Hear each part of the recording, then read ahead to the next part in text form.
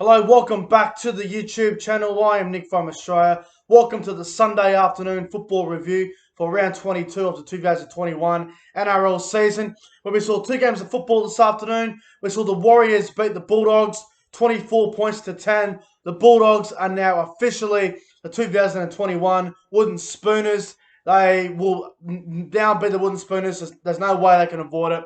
They will be the Wooden Spooners now. And the other game, the Knights getting over the Sharks 16 points to 12 in what was a very, very good game of football. If you guys are new around here, make sure you guys hit that subscribe button, turn notification bells on. You won't be disappointed. Make sure you guys like the video and comment your thoughts on this afternoon's games in the comment section below. But let's get into the first game of today, where it was the Warriors getting over the Bulldogs 24 points to 10.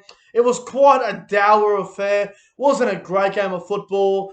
But the Warriors, they did what they had to do. They won ugly. It sure as hell wasn't pretty, but they did well to get the job done. It all started off very well for the Warriors. First try in the 3rd minute. Sean O'Sullivan with a very nice short ball to Josh Curran. He goes straight through and scores the first try of the game. Josh Curran, who was enormous today for the Warriors, he scores the first try of the game. Warriors 6-0 after 3 minutes gone. And then in the 5th minute, Sean O'Sullivan, he just loves throwing passes, doesn't he? But this time he throws a bloody intercept to Aaron Schoff, the young Bulldogs left centre. He runs about 65 metres for an intercept and he scores, gets the Bulldogs back in it, scores leveled up at 6-all at that stage. And then in the 14th minute, Sean O'Sullivan, this time, he makes up for the intercept he threw. He gave a nice short ball to Josh Curran once again. He has a nice offload on the inside there to Jazz Tavaga, and Jazz Tavaga scores for the Warriors. Warriors 12-6 after 14 minutes gone in the game. 21st minute, Reece Walsh throws it over to Edward Kosi on the right wing. Edward Kosi goes over and scores his first try in the NRL, so well done to Edward Kosi for that.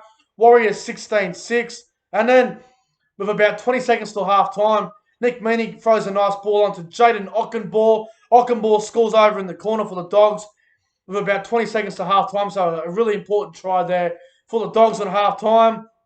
Half-time, Warriors lead the Bulldogs 16 points to 10. I thought the Bulldogs, they were lucky to be in the game. You know, obviously they scored that first try off an intercept and then one before half-time, which was a good try for them. But I've got to say, the Warriors, they probably could have been up by a bit more, but a couple of uncharacteristic errors and last tackle options just wasn't going the way the Warriors would have liked in that early on in that first half. But nonetheless, the Warriors lead at half-time, 16 points to 10.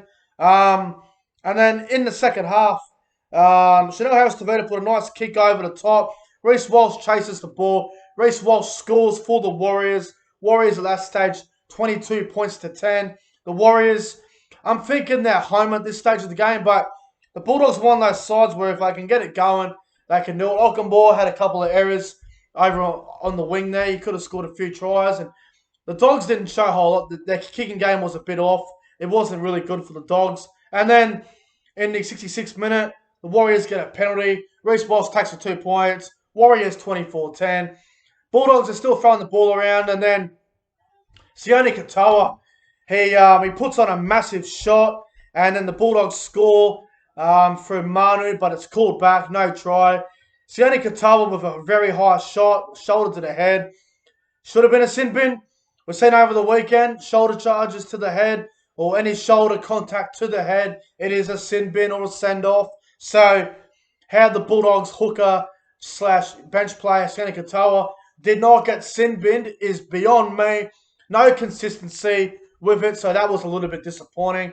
But anyway, full time, the Warriors beat the Bulldogs 24 points to 10 up there at Redcliffe. The Warriors wasn't pretty, but it was a win that they needed, and they are now, I believe, one game outside the top 8, so they need some results to go their way. But the Warriors, mathematically, they are still in the hunt for the finals, so we'll see how they go. They've got a decent run. They've got winnable games, the Warriors.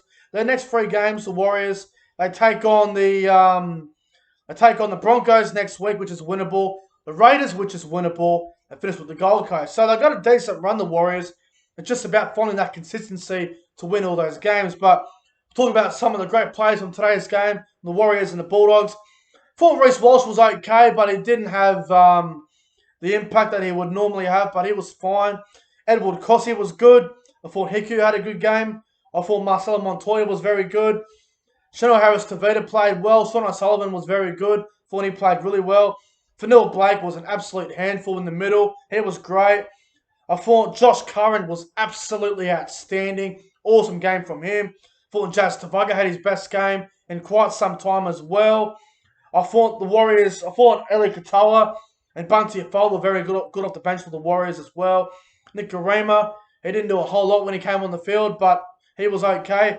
As for the Bulldogs, though, I thought Nick Meaney tried very hard. I thought Hopper Wade was very up and down. Aaron Schoff, I thought he played really well. I thought the halves of the Bulldogs were a bit lost. They had no idea what they were doing. I thought Ryan James was okay. I thought he tried hard. I thought Adam Elliott was good. Josh Jackson was good. I thought the Bulldogs bench. I thought Corey Horsburgh on the loan deal was good. I thought Chris Patalo, however you say his last name, I thought he was good as well. But the Warriors, a very important win. They won the game. It was an ugly win, but it's a very important win for the Warriors. My top 3 players on ground for this game, though. Number 3, I'm going to go with the Bulldogs outside back, Aaron Schoff. I thought he was good. Number 2, I'm going to go with Sean O'Sullivan. Thought he had a really good game at halfback. And my man of the match is going to go to Josh Curran. Thought he was outstanding for the Warriors today. So Josh Curran gets my man of the match for the Warriors win over the Bulldogs. And let's go on to the final game for round 22 of the NRL. And I thought this was a great game of footy. I said the Knights would win by 1 in Golden Point. Oh, it was bloody close. The Knights won by 2. 16 points to 14. This was a great game of footy. It was tough, low scoring. It was physical the whole game. And it all started off in the 45 seconds into the game. Newcastle kicked off and the ball went short because the wind was crazy. Knights had the ball, and then 45 seconds into the game, Mitchell Pearce throws a nice pass to Anari Chihuahua on the left wing. He scores in the corner. Knights, great start. 6-0 Newcastle. And then in the 11th minute, the Sharks, they hit back, which was a good sign for them. They shifted to the right-hand side. A few offloads for the middle third there. And then Jesse Ramian gets the ball, and Ramian scores a try for the Sharks. Scores leveled up at 6-all after 7 minutes gone. 6 apiece. 16th minute, Braden Hamlin-Uele with a high shot on Connor Watson. Connor Watson went out for a HIA. He did come back as well. But penalty to the Knights. They go for the penalty goal. Clifford converts the goal. Knights 8-6 after 16 minutes gone. And then 24th minute, this was a nice try. 24th minute, Connor Tracy, nice crossfield kick. Knock on from Kurt Mann. Talakai grabs it, throws it over to Ronaldo Mulatalo. He scores for the Sharks. Sharks 12-8 after 24 minutes gone. And then in the 36th minute, Connor Tracy tries to keep the ball in field and he takes out the cameraman. The cameraman got taken out. I'm not sure if the cameraman's alive, but Connor Tracy just tried to flip the ball back in and then it went bang, straight into the cameraman. So I hope the cameraman's okay because that did not look good at all. But then half-time, Sharks 12-8. They were looking good at half-time, the Sharks. I thought they were doing some good stuff out there. The Sharks, it was a very low-scoring game, and defensively, both sides were looking pretty good. Both sides' attack was a bit off, but I think that was because of the defensive pressure from both sides, and they were both very good. But in the second half, Newcastle start the second half exactly the way they started the first half. A try to the Knights in the 45th minute. Bradman Best with a nice offload to Anari Chihuahua. He scores his second try. An incredible corner try. Did well to keep the ball in and his body. So, nice try to Anari Chihuahua. Clifford misses the conversion. At that stage, it's 12-all after 45 minutes gone. And then, 53rd minute, the Sharks get a penalty. High shot from Mitchell Barnett. Barnett was going off his rocket. He didn't think it was a penalty, but you watch the replay. It's a high tackle. Penalty Sharks. Sharks lead 14-12. 53 minutes gone in the game.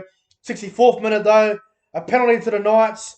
Sharks were offside inside the 10 metres, I believe it was.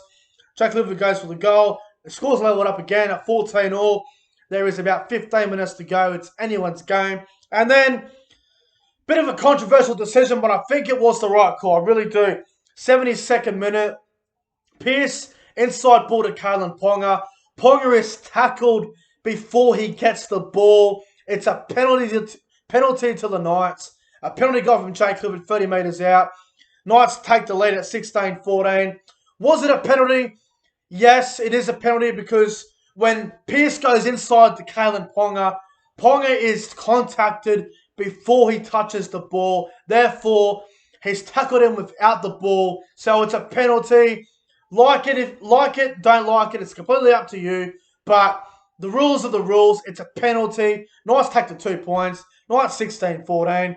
Sharks are not really throwing much at the Knights there. With 3 minutes to go, the Sharks were on tackle 3.